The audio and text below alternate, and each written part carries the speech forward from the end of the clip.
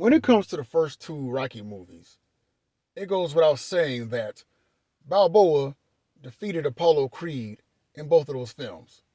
Now, even though in the first film he lost by decision, and in the second film he won by way of knockout, you're going to look at that first film and you cannot tell me that Balboa did not psychologically defeat Apollo Creed in that first film.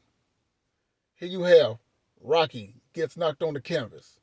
Apollo's in his corner with his hands raised, thinking that he has to fight one. Everyone is telling Balboa, stay down, don't get up. What does Balboa do? Bump all that. I'm going to get up. And as soon as Apollo Creed turned around, look at his facial expression like, damn, this dude is tough. Look at Apollo Creed's facial expression in the first movie. And you cannot tell me that he wasn't thinking to himself, I did not take this guy seriously at all. And then, at the beginning of Rocky 2, he called for the rematch because his ego was hurt. His ego was bruised. His pride was humiliated. His pride as a heavyweight champion, the elite of the elite, was hurt. And people were questioning Creed.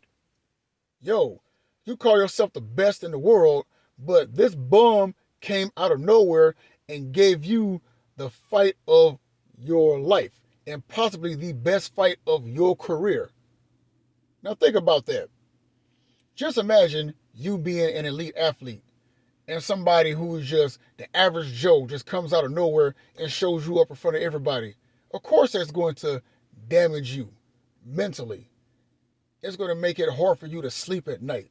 And of course, you're going to want to run it back to show everybody that, hey, I'm going to prove to everyone that you are not as good as everyone says you are.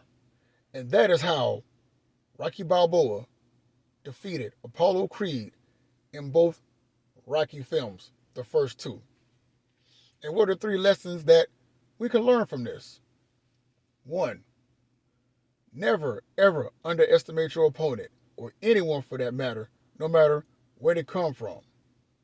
Two, just because you win the physical game, you can still lose the psychological game if your mind ain't strong enough and you let little things such as not putting somebody away get to you.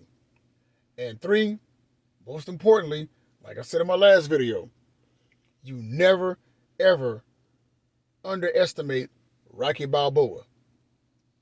Just my thoughts, just my opinion, and as always, just saying.